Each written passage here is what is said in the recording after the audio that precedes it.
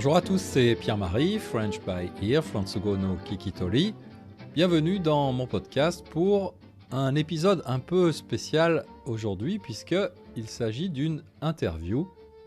Ça fait très longtemps que je n'avais pas fait d'interview, donc j'étais très content il y a quelques jours de parler avec Jun Fujiwara, qui est une autrice japonaise installée à Paris depuis au moins 20 ans. Jun Fujiwara a déjà écrit 3 livres, tous en français, et j'ai beaucoup aimé son dernier livre qui s'appelle La parfaite Tokyoïte. Donc, pendant cet entretien avec elle, on a parlé de ce livre, mais aussi de son parcours d'apprentissage en français. Comme l'entretien est un peu long et que par moment on parle un peu vite, j'ai décidé cette fois-ci de mettre une transcription que vous trouverez donc sur mon site internet frenchbyear.com. Voilà, c'est tout pour maintenant et je vous laisse avec cette interview. Bonjour, Bonjour, merci beaucoup d'avoir accepté mon invitation. merci de m'avoir invité. Alors aujourd'hui, on va parler de votre livre La parfaite Tokyoïte et aussi de votre parcours en français. Mhm. Donc j'ai découvert votre livre un peu par hasard parce que juste avant de prendre l'avion du retour entre Paris et Tokyo, Oui, je cherchais un livre pas trop long à lire dans l'avion et donc j'ai vu ce livre dans les rayonnages du libraire. d'accord, En lisant la présentation, je me suis dit, entre Paris et Tokyo, c'est parfait, c'est exactement ce qu'il me faut. c'est pour moi. C'est parfait, Pittali. Et donc j'ai beaucoup aimé ce livre. Ah, merci beaucoup. Et ensuite, j'étais encore plus impressionné de comprendre que vous l'aviez écrit en français. En français, exactement. Voilà. Alors, en fait, c'est votre troisième livre, n'est-ce pas? Oui, c'est mon troisième livre. D'accord. Les deux précédents étaient plus sur des peut-être des présentations ou des explications, un peu de pédagogie par rapport à la culture japonaise, n'est-ce pas? Oui, en fait, j'ai toujours voulu écrire en français, D'accord. mais pendant longtemps, je ne savais pas quoi. C'était, c'est ça le problème. Et quand j'ai enfin pris ma plume, ce qui est sorti, en fait, ce qui est vraiment sorti du fond du cœur, c'était le fait que je voulais expliquer en fait aux Français quelles sont les valeurs japonaises, parce que quand on parle des valeurs de la République, c'est assez clair, n'est-ce pas? Liberté, égalité, fraternité. On Mhm. arrive comme ça à définir les valeurs de la France, les valeurs françaises. Mais le contraire n'est pas si simple. Quand on dit quelles sont les valeurs japonaises, qu'est-ce que c'est d'être japonais, c'est extrêmement difficile à expliquer et encore plus à comprendre, j'imagine, pour les Français. Donc, ça ne tient pas en 3 mots. Non, je ne pense pas, D'accord. mais je pense qu'il y a quelques mots-clés ou des valeurs euh, pour tenter de bien expliquer ce que c'est d'être japonais. Mhm. Et c'est ce que j'ai voulu expliquer dans mes livres. D'accord. Donc, c'était un livre pas du tout académique ni journalistique, volontairement facile à lire. Je pensais surtout à mes amis dans le monde de la mode, de l'art, tous ces Français qui aujourd'hui adorent le Japon. De plus en plus, n'est-ce pas? Ça surprend toujours mes amis japonaises. Bon, j'explique qu'aujourd'hui, les Français sont fous du Japon, mais comme moi qui étais folle de la France il y a 20 ans, et aujourd'hui, c'est dans les deux sens.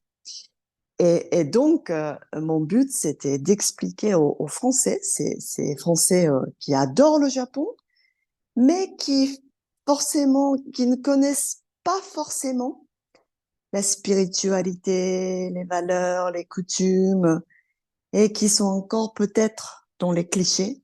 Hmm. Les Japonais sont polis, ils sont propres.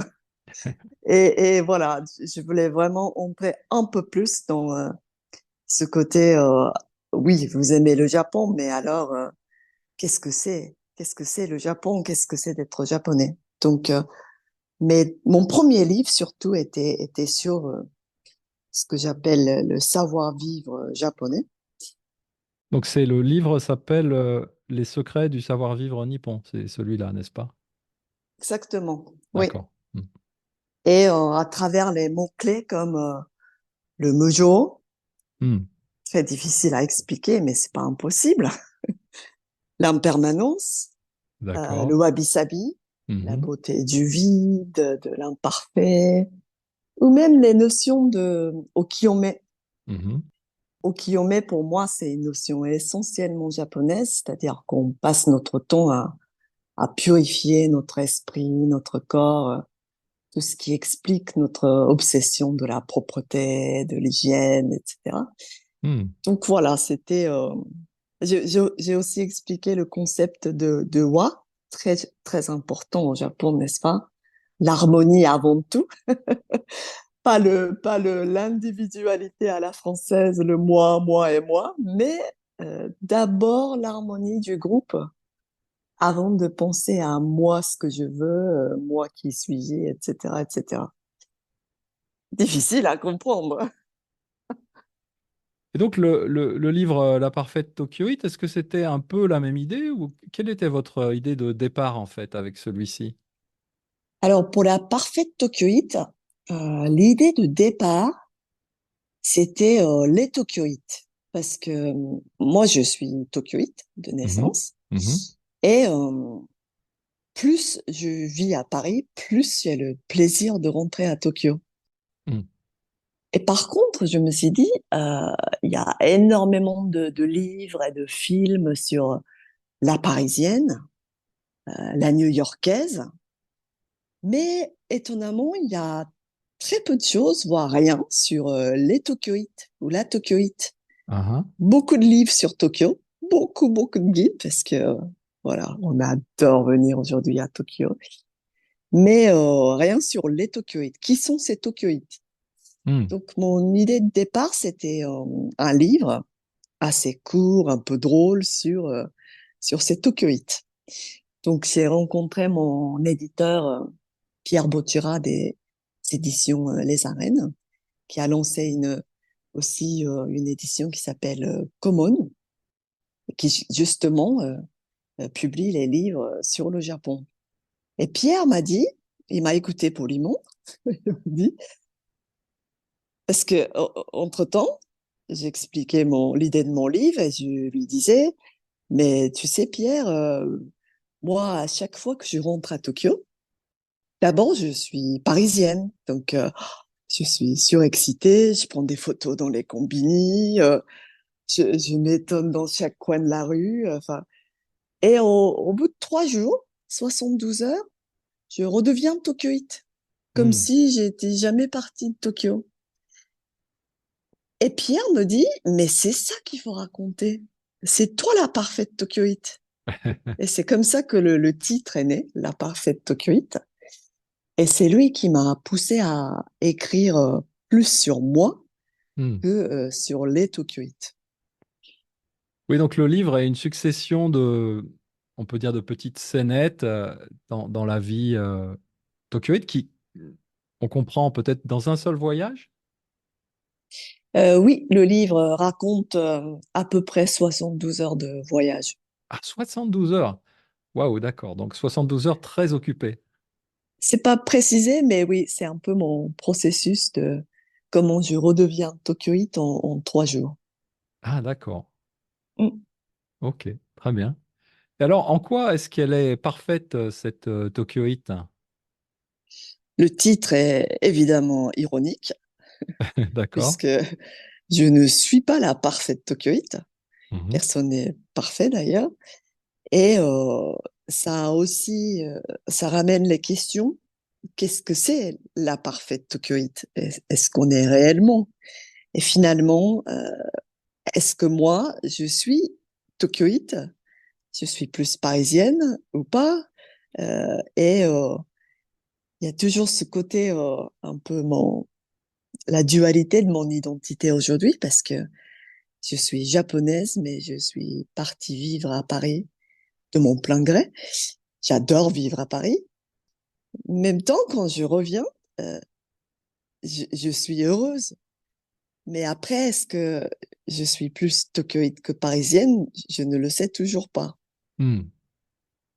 Mais en 72 heures, c'est le temps qu'il faut pour redevenir à Tokyoite, en fait. Oui, en tout cas, pour retrouver mes repères, mes réflexes, mes habitudes. Et finalement, à travers ce que je vis et comment je me transforme, je voulais raconter ce fameux qu'est-ce que c'est d'être tokyoïte aussi. Hmm. Il y a une idée qui m'a beaucoup plu dans les toutes premières pages du livre, c'est cette histoire de flux. Mhm, Est-ce que vous pouvez expliquer aux personnes qui n'ont pas lu le livre cette idée de flux? Parce que vous dites, je crois même, le flux est l'essence même de la ville de Tokyo. mhm. Oui, c'est c'est ce qui frappe, je pense, tout étranger quand on arrive à Tokyo, c'est la foule. Hmm. C'est cette masse de personnes qui se déplacent. Et j'utilise le mot flux parce que c'est ça, c'est en mouvement perpétuel, un peu comme une rivière. Hmm. Et pour moi, être tokyoïte, si on n'arrive pas à apprivoiser finalement ce flux, on n'y est pas. On est vraiment le provincial ou l'étranger venu se planter là, déranger le flux et on comprend pas Tokyo non plus. Et pour tous ceux qui sont déjà eu l'occasion de venir à Paris ou à New York ou ailleurs, dans les mégapoles du monde, il y a la même foule, mais c'est une expérience tout à fait différente. Parce que c'est comme si il y a d'abord l'individu qui Mhm. existe avant la foule. Et donc, il y a forcément, c'est désagréable, la foule. Et à Tokyo, ce n'est pas le cas. Je pense qu'on s'en rend pas compte quand on est tokyoïte et quand on vit dedans. Mais à Tokyo, c'est comme si la foule a une existence en soi. Et c'est inconscient, je pense. Mais on est dedans et on se laisse emporter par ce flux. Et c'est là où je me sens toujours la plus tokyoïte. C'est quand j'arrête de me cramponner à moi, à mon individualité, et je me laisse aller. Là, je redeviens tokyoïte. Et je pense que n'importe quel touriste a aussi cette expérience, le moment où on se lâche Hmm. et on se laisse aller. Et c'est le moment un peu révélateur. Est-ce que cette idée de flux, elle vous était déjà venue avant, quand vous étiez vraiment tokyoïte, dans le sens où vous habitiez à Tokyo, ou c'est un point de vue un peu extérieur presque, puisque vous êtes maintenant en moitié parisienne? C'est forcément extérieur. Hmm. Forcément, parce que quand je vivais à Tokyo, euh, je n'avais pas ce point de vue extérieur, externe. Et je détestais la foule, tout simplement. Hmm. Je pensais que c'était pénible. J'avais- pas pénible dans le sens français, la foule est insupportable, mais euh, parce que la foule est presque agréable, mais j'avais l'impression de flotter dans un bain tiède, Mhm. confortable, et j'avais juste envie de sortir de là. C'était mon côté, enfin j'avais en plus, j'avais 20 ans, donc c'est un peu normal aussi. Mhm. Mais ça me contrariait tout ça. J'avais juste envie de sortir de là, ne plus me laisser emporter par ce flux, cette masse énorme, immense qui engloutit presque ton existence et c'est peut-être pour ça aussi que je suis partie de Tokyo. Et en même temps, étant donné le nombre tout simplement d'habitants, ou vous prenez l'exemple de la gare de Shinjuku, Mhm. quand on passe dans ces endroits, c'est presque la seule façon que ça se passe bien, entre guillemets, cette idée de flux. Parce que si on commence à réagir un peu à la française, j'allais dire, il y a tellement de monde que ça peut devenir assez vite, à mon avis, catastrophique. Catastrophique, oui. Oui, c'est ça. Finalement, oui. Cette ville, pour moi, n'existe pas sans ce flux. Hmm. Et pour moi, c'est pour ça que je parle dans les premiers chapitres de cette foule et de ce flux de Tokyoïtes. Le flux est rapide. On se déplace de manière rapide. C'est ce qui me frappe quand on arrive dans un avion de Paris et pof, je suis à Shibuya ou à Shinjuku. Mhm. Là, la cadence est rapide. Il faut vraiment s'y accrocher au début. Et après, une fois je redeviens Tokyoïte, justement, ça devient facile. C'est une seconde nature pour les Tokyoïtes. Hmm. Ouais, on arrive à s'habituer finalement, petit à petit. On s'habitue très bien, oui. Ouais. Donc il y a l'image du banc de poisson, vous dites c'est un peu comme un banc de poisson. Mhm. Et si on faisait une image un peu en parallèle pour peut-être la vie dans les transports parisiens, qu'est-ce qui vous viendrait à l'esprit? Oula, c'est pas un point de poisson, ça c'est sûr. Non, c'est pas un banc de poisson. À Paris, qu'est-ce qui me vient à l'image? Je voulais proposer comme image une mêlée de rugby peut-être. J'irai pas jusque-là, mais oui, c'est assez chaotique. Ça peut arriver. Mm. C'est comme si on se supporte finalement, Hmm. bon gré mal gré, et on arrive à vivre ensemble très bien à Paris, en France, évidemment. Mais c'est comme une concession. On se supporte d'être ensemble et voilà. C'est vraiment une expérience à l'opposé de la foule tokyoïte. Très bien. Alors, une autre chose qui m'a intéressé, en tout cas c'est comme ça que j'ai ressenti en partie votre livre, parce que cette parfaite Tokyoïte, elle est tout le temps dehors, elle est tout le temps dans des petits restaurants, dans des petits commerces, etc. Oui. Je sais pas, j'ai vu pratiquement, en lisant ça, je dis c'est presque un éloge du commerce à la japonaise en fait. Ah oui. Mais oui, comment dire, moi j'ai raconté vraiment ce que je fais en arrivant, parce que c'est ce que Pierre, mon éditeur, m'a vraiment poussé à faire. Mhm. Il m'a dit tout simplement, parce qu'au début je lui disais, mais qu'est-ce qui va s'intéresser à ce que moi je fais enfin, je fais rien de spécial Ah, quand je rentre à Tokyo, dans ma tête, hein. Je dis, enfin, je fais des courses, je vois mes amis, il y a rien de spécial et qu'est-ce qu'il va lire? Un livre pareil. Et il m'a dit, c'est ça qu'on a envie de lire. Donc, tu vas écrire comme si tu avais une caméra sur tes épaules et tu vas me dire ce que tu vois, ce que tu manges, ce que tu ressens. Et ça, c'était une sorte de révélation pour moi. mhm. Parce que, comme vous avez dit au début, pour mes deux premiers livres, j'étais plus dans l'explication de la tentative d'expliquer ce que c'est que le Japon, c'est ce que c'est d'être japonais. Enfin, mon deuxième est un peu sorti de ça parce que j'ai raconté les histoires de mon enfance. C'était une sorte de transition D'accord. pour moi vers la parfaite Tokyoïte. Et donc, je me suis vraiment lâchée. Je me suis dit, c'est ce que je vais faire. Et c'est pour ça que je raconte que je vais à Matsukio, je mange du soba, je vais dans le petit sanctuaire de quartier, je vois mes copines.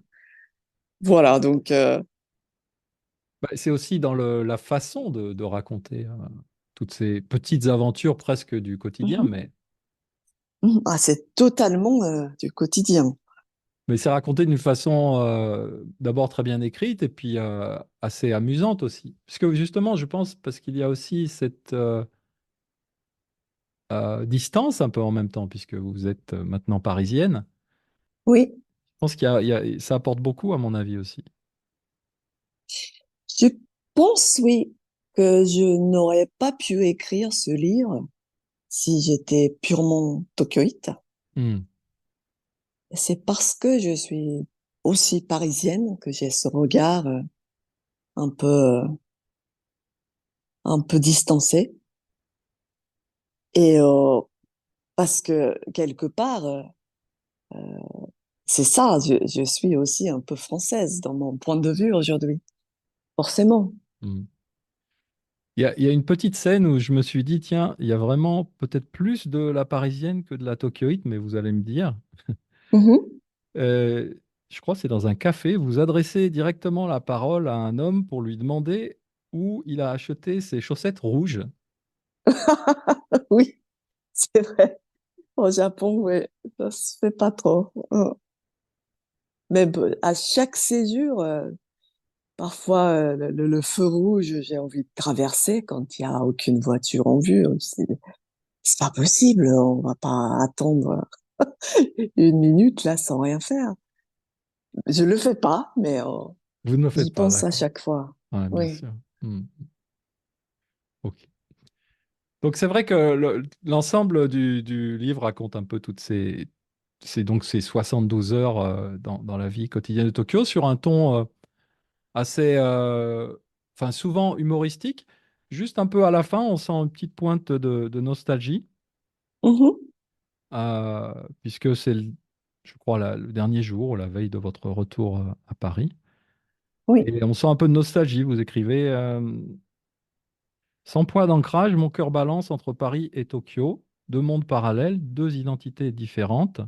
Je suis ici, mais ailleurs. Je suis ailleurs, mais ici. Mhm. Et alors, je me suis demandé, en japonais, il y a le verbe kaeru, Oui. qui, si j'ai bien compris mes leçons de japonais, c'est plutôt pour rentrer à la maison, Oui. n'est-ce pas? Oui. Est-ce que pour vous, ce verbe kaeru, vous l'appliquez quand vous rentrez en France ou quand vous rentrez à Tokyo? Ah, c'est une très bonne question parce que je l'emploie pour dans les deux sens. Dans les deux sens, n'est-ce pas? Hmm. Quand je dis à Paris, je, je dis à mes amis, mais je rentre à Tokyo. Hmm. Et à mes amis japonaises aussi, je dis, kondo Nihon ni kaeru ne. Kikoku shimasu. Je Hmm. rentre. Akikoku shimasu, d'accord. Kikoku shimasu. Kondo kaerimasu. Hmm. Et quand je repars à Paris, je ne dis jamais je vais repartir à Paris ou je vais partir à Paris. Je dis, je rentre à Paris. D'accord. Les deux. Oui. Hmm. Donc, donc ça correspond bien à cette image de la fin de ce livre. Je pense que oui, je suis condamnée à vivre entre Paris et Tokyo. D'accord.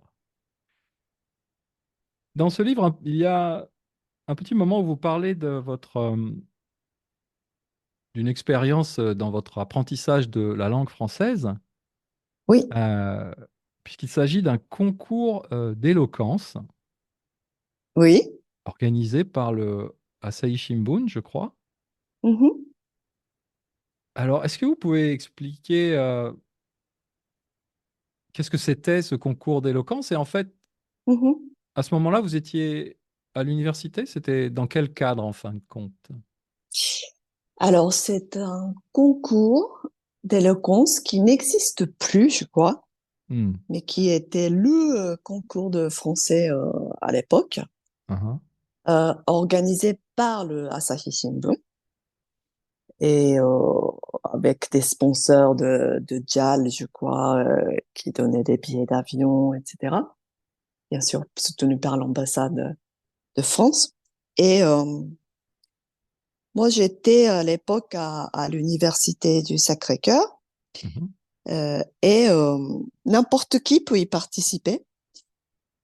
Et il faut juste, je crois, soumettre un thème et faire un, un discours devant un jury qui après vous pose des questions. Donc il y a ceux qui choisissent les thèmes littéraires, d'autres non. Ah, de mémoire, il n'y avait pas de thème fixe. En tout cas, quand D'accord. moi j'ai participé. Mhm. Et il y a quatre ou cinq prix, dont le premier et le deuxième, où on peut gagner un séjour de 2 mois, séjour linguistique en France avec les frais de scolarité et les billets aller-retour fournis avec. Et je crois que c'était quand j'étais en deuxième année de l'université, et que je crois, oui, de mémoire, j'avais, à l'époque, je faisais tout pour apprendre le français. J'étais un otaku.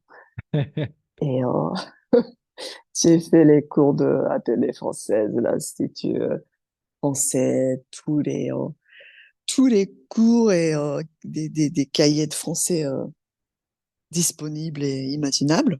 D'accord. Et c'est pour ça que j'ai eu la chance de participer à ce concours. D'accord. Mm. Donc, c'est intéressant. Vous dites, je faisais tout pour apprendre le français. Tout. Donc, il y avait déjà une très grosse motivation. Oui, alors, à partir, quand j'étais encore au lycée, et je me disais, mais un jour, je vais partir à Paris, comme ça. Hmm. C'était une intuition. Alors, pourquoi? Je ne sais pas. Parce que dans ma famille, il y a personne qui a des liens particuliers avec la France. D'accord. Sans doute, j'étais attirée par l'art de vivre à la française. Parce que j'étais déjà bilingue en anglais. J'avais vécu en Angleterre. Je parlais déjà très bien anglais. Hmm. Autant dire que partir faire un MBA au- en Angleterre ou en Amérique, ça m'intéressait pas. Ah bon, d'accord. Absolument pas. Non, oui, ça m'intéressait absolument pas. Et c'est peut-être pour ça aussi que c'est la France qui m'attirait. Et à l'époque, apprendre le français était devenu vraiment le but ultime de ma vie. Donc, je faisais vraiment tout pour maîtriser la langue française. Donc, forcément, quand vous avez gagné ce concours, c'était déjà d'un bon niveau, j'imagine. J'imagine, ouais.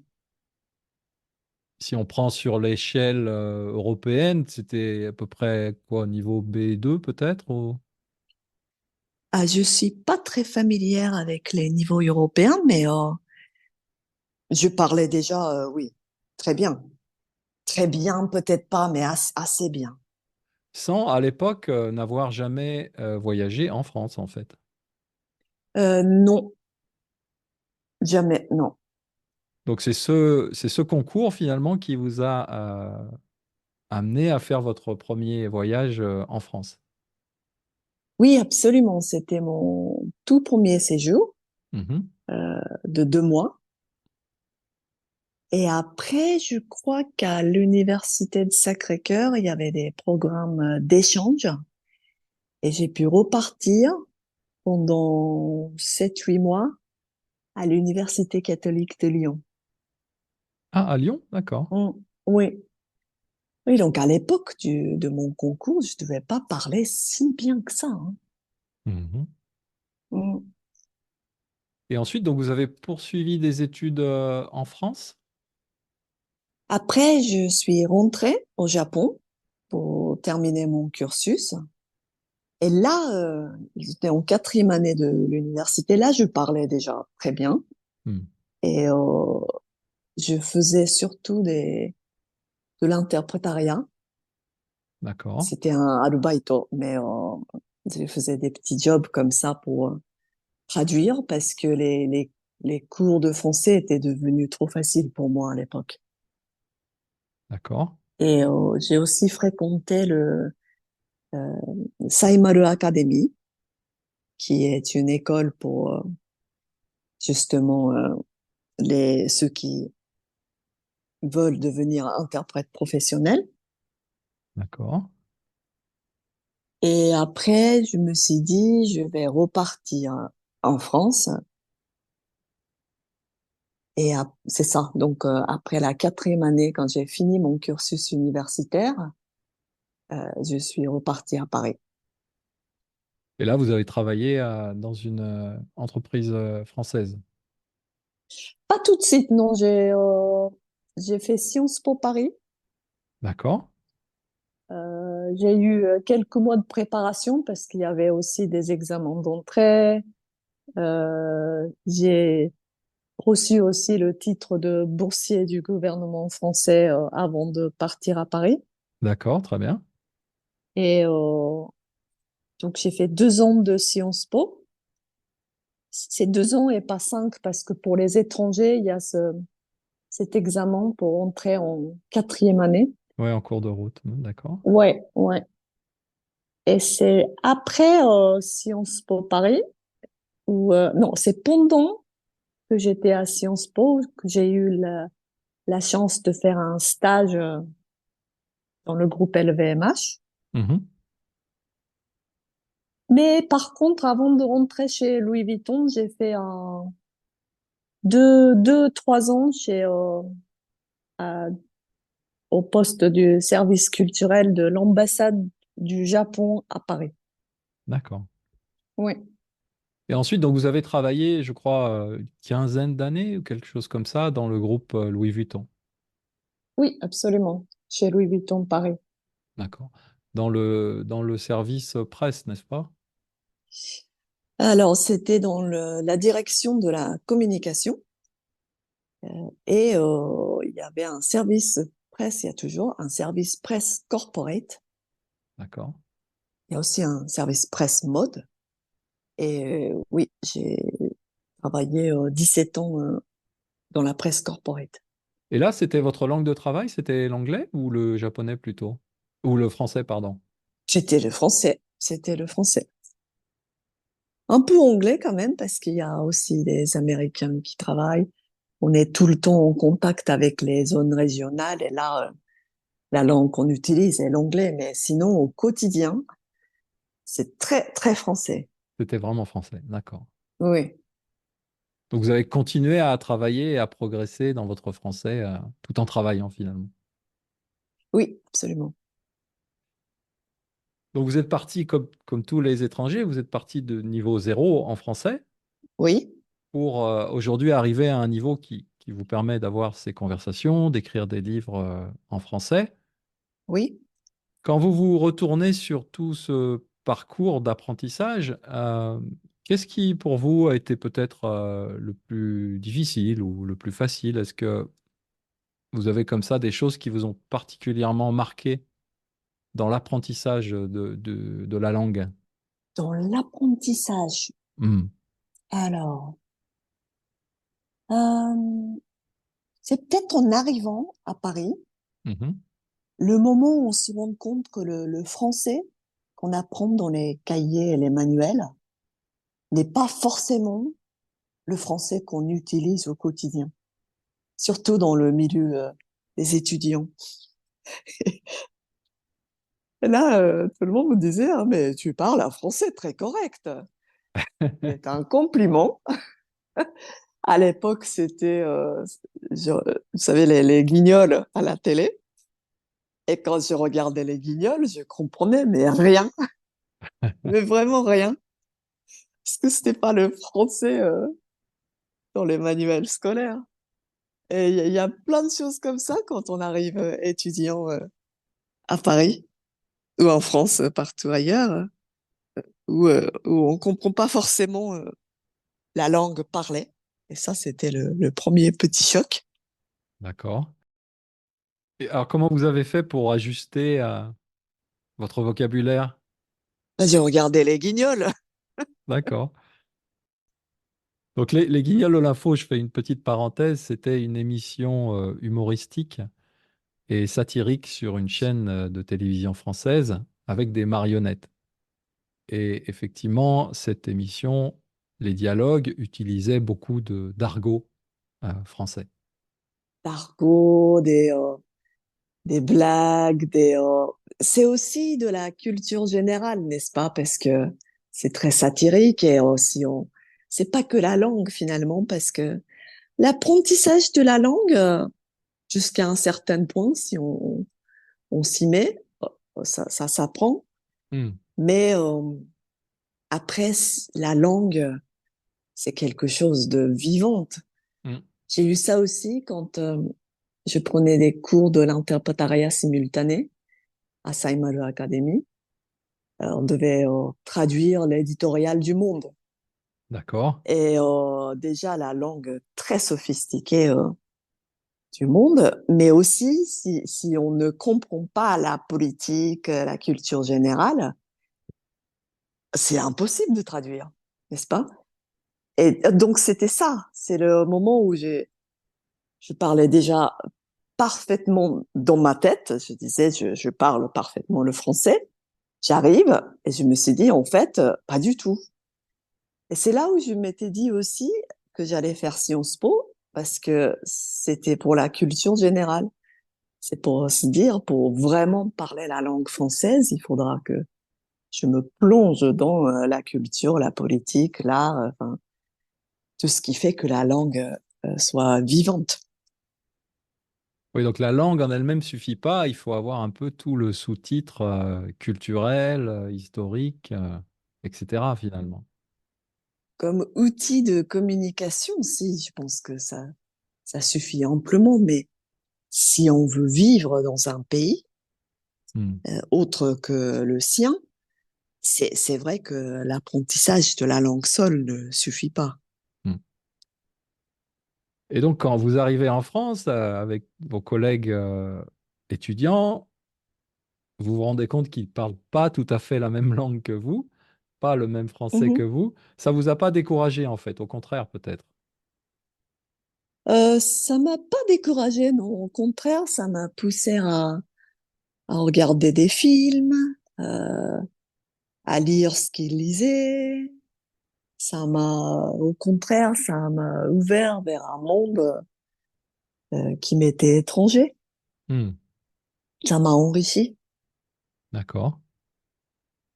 Je pense que c'est ce qui se passe aujourd'hui pour les jeunes Français qui adorent le Japon et qui apprennent le japonais. Ils me disent tous que les mangas, c'est une excellente enfin, manière d'apprendre la langue parce que finalement, c'est pas que les mots qu'on apprend avec les mangas et les animés. C'est vrai qu'il y a d'un côté les méthodes, l'enseignement de la grammaire, etc. Et après, au maximum, si possible, consommer, entre guillemets, du contenu authentique, que ce soit des mangas, des films, de la radio, de la télévision, Exactement, etc. Mm. exactement. Et ça, c'est un travail plus sur le long terme. Oui, mais c'est ça qui est bien, c'est un apprentissage à vie finalement. Mm. Et après, la chose qui est finalement peut-être la plus difficile, même aujourd'hui, c'est le masculin et le féminin en langue française. Ah, Quand vous êtes français, vous n'avez pas idée, mais même aujourd'hui, moi, je me trompe en féminin et masculin. Et ma fille, qui est née ici, elle me corrige maintenant. ah d'accord. Ça, quand on n'est pas né avec, c'est dur, hein. Je dis toujours la parapluie. Alors le mot la cour, le cours, c'est extrêmement compliqué. C'est la feuille, mais un millefeuille. Excusez-moi, mais pourquoi? Il y a énormément de choses qui sont sans aucun sens, mais qu'il faut juste savoir. Et c'est finalement la chose la plus difficile pour moi en langue française. Alors, c'est vrai que c'est une question qu'on a souvent et, et la question qu'on redoute toujours, c'est quand on nous demande pourquoi, parce qu'il n'y a pas vraiment de réponse à cette question. Et non, Les Français sont cartésiens, mais là, il y a aucune raison, Et en plus, dans beaucoup de méthodes, au début, on dit, bon, il n'y a pas vraiment de règles, mais quand même, les mots qui se terminent par un E sont plutôt féminins. Oui. Et alors, dans l'esprit des élèves, ça devient une règle absolue. Et donc, quand on leur sort un mot masculin qui se termine par E, ils nous font les gros yeux en disant, mais on nous a dit que... Euh, non, c'est vrai que malheureusement, il n'y a pas de règles là-dessus et ça reste difficile, effectivement, même pour les gens qui ont un niveau extraordinaire en français. Mm. Mm. Eh oui, eh oui. Est-ce que vous vous définissez toujours comme une étudiante de la langue française? Est-ce que vous apprenez toujours du français? Je me définirais pas comme étudiante, Hmm. mais parce que maintenant, c'est mon métier finalement d'écrire en français. Hmm. Mais écrire est aussi un processus et un apprentissage permanent. Et donc, oui, j'apprends tous les jours. Oui, c'était une question que je voulais vous poser parce que j'ai lu quelque part que c'était un rêve pour vous d'écrire en français. Oui. Alors je me suis dit, c'est un rêve bizarre ça. Pourquoi? Comment ce rêve est... Pourquoi ce... Comment ce rêve est venu? Ah bah, je ne le sais pas trop. D'accord. Ça, c'est une question que je me pose encore. Hmm. Je voulais déjà d'où vient cette envie d'écrire, on ne sait pas. Et pourquoi en français, euh, je ne sais pas non plus. Mais ce que je sais, c'est que vers l'âge de 17-18 ans, quand j'ai commencé à apprendre le français, je me suis toujours dit, je vais écrire en français. Ah, ah. Pour moi, c'est la plus belle langue au monde. Et j'ai toujours voulu écrire en français. Donc à cette époque déjà, vous écriviez en français? J'ai des tentatives, mais c'était tellement difficile. Et puis après, c'était des études. Après, j'étais dans le monde du travail. 20 ans passent très très vite finalement. Et ce n'est que récemment où je me suis dit, en fait, je voulais écrire en français. Et c'était en 2021, quand j'ai publié mon premier livre, que ce rêve s'est finalement réalisé. Est-ce qu'il y avait peut-être quelque part une, comment dire, une influence un peu de cette idée de la littérature française qui est assez répandue d'ailleurs ici au Japon, sur le côté un peu Saint-Germain, etc. Certainement, mais je lis en japonais, français, anglais. Mhm.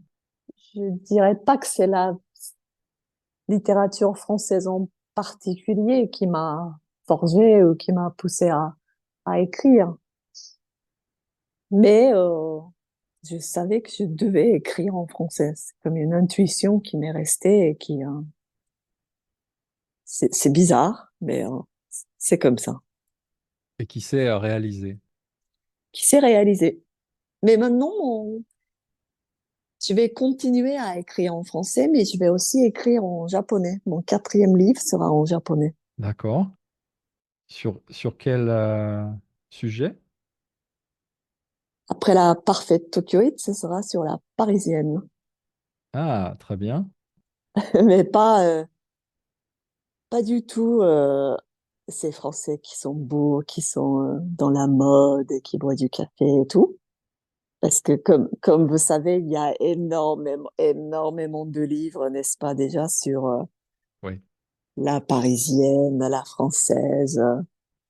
Et c'est pas du tout ce que je voulais écrire. Ça raconte plutôt le processus d'une japonaise, moi, qui arrive à Paris Mhm. et qui intègre Louis Vuitton, donc un monde purement parisien, et qui devient petit à petit parisienne, dans le sens où c'est une femme qui s'assume, Mhm. qui s'affiche, qui dit ce qu'elle pense et qui n'a pas peur d'être elle-même. versus vraiment tout ce que j'ai expliqué avant, côté la japonaise qui va plutôt s'efforcer de s'intégrer à la société. Du coup, le mot société, le seiken en japonais, plus que shakai, le poids du seiken, D'accord.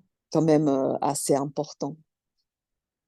Et je voulais donc s'adresser cette fois-ci à mes compatriotes et pour les inciter finalement à dire, mais en fait, n'importe qui peut être parisienne dans le sens s'assumer soi-même et s'afficher et être heureuse avec soi-même. Même en vivant au Japon, alors. Même en vivant au Japon, c'est possible. Ah, c'est une idée très intéressante. Je pense qu'il va intéresser beaucoup de japonaises, francophiles ou pas, mais Oui, je l'espère. Je pense que on est à une époque charnière et comme vous le savez, au Japon, les femmes travaillent beaucoup plus, elles s'affichent, elles s'affirment. Mais, mais quand on parle de cette génération, on va dire les trentenaires, mhm. elles savent que c'est possible de faire autrement, pas comme ma génération, quand les cadras quinquas ont un peu plus, on était plus un peu peut-être vécu avec le poids de la société. Les trentenaires se disent, oui, mais si, c'est peut-être pas la peine de se marier, forcément, ou c'est, je peux m'habiller comme je veux, pas la peine que je sorte tous les soirs avec les collègues. Mais en même temps, tout, tout le monde me raconte que il y a quand même un mais qui les freine.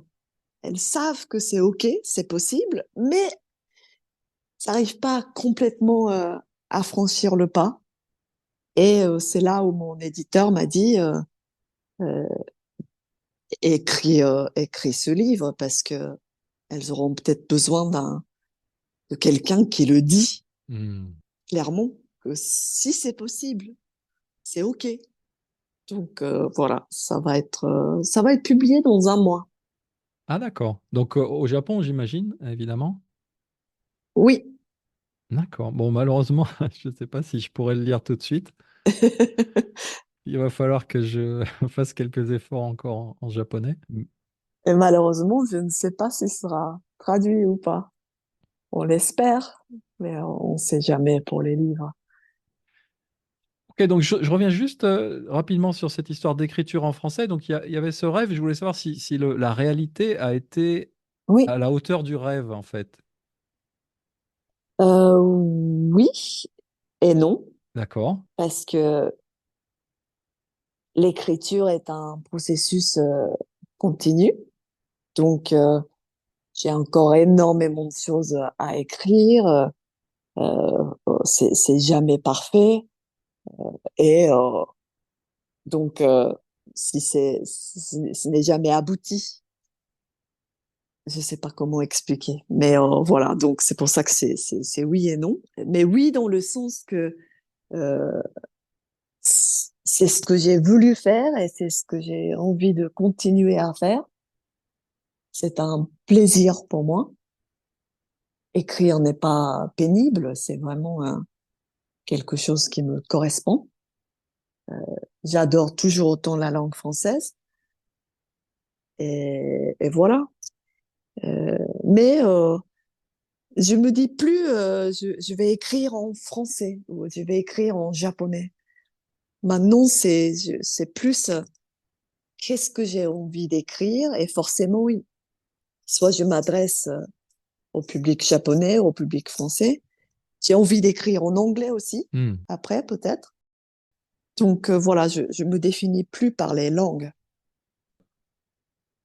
Et est-ce que dans cet exercice d'écriture, est-ce que vous pensez que ça apporte quelque chose en plus dans la connaissance de la langue que, je ne sais pas, de la pratique orale ou de la Hmm. euh, ou du simplement de l'écoute?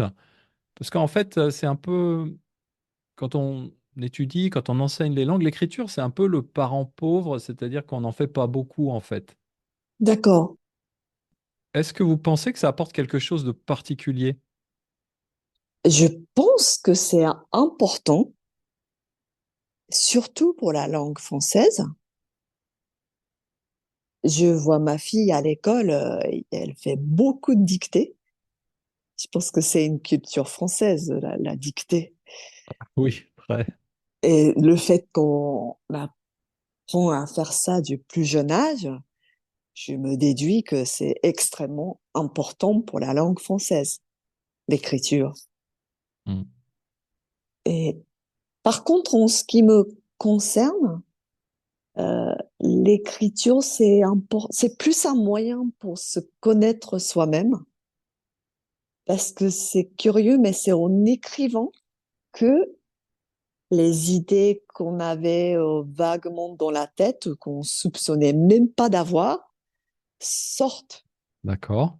C'est un processus vraiment étrange. D'accord. C'est par l'écriture que les idées prennent forme.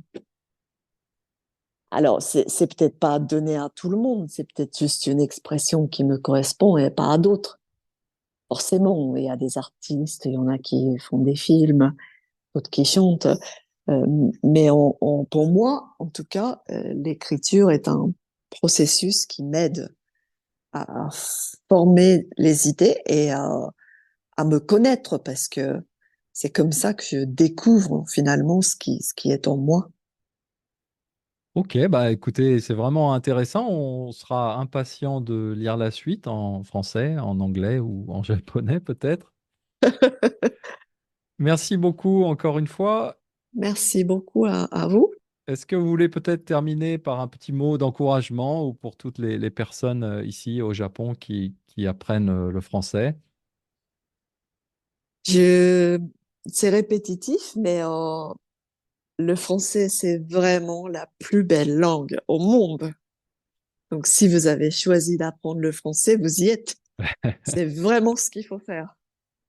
Je continue à le penser, j'encourage qui que ce soit, euh, même si vous êtes débutant, le fait de se frotter à la langue française, c'est une ouverture vers le monde.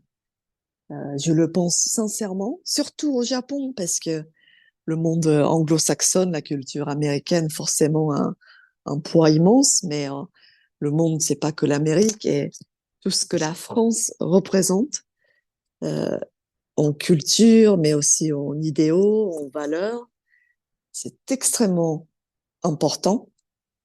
Et la langue française est le meilleur moyen de le comprendre finalement. Je ne peux pas trouver une meilleure conclusion que ça. Donc, merci encore. Merci à vous. Et je conseille vraiment ce livre, donc La parfaite Tokyoïte, qu'on peut trouver ici au Japon, je pense. En tout cas, au moins par Internet. Je pense qu'il est chez Kinokuniya aussi. Ah, on le trouve chez Kinokuniya. Ok, très bien. Oui. Merci beaucoup encore une fois. Merci beaucoup. Au revoir. Merci à tous. Au revoir. Voilà, c'est tout pour cet entretien avec Jun Fujiwara. J'espère que ça vous a plu. Je vais mettre sur mon site internet la liste détaillée des 3 livres de Jun Fujiwara et je mettrai aussi donc, comme promis, la transcription de ce podcast. Sur ce, je vous dis à bientôt, Mata Jikai.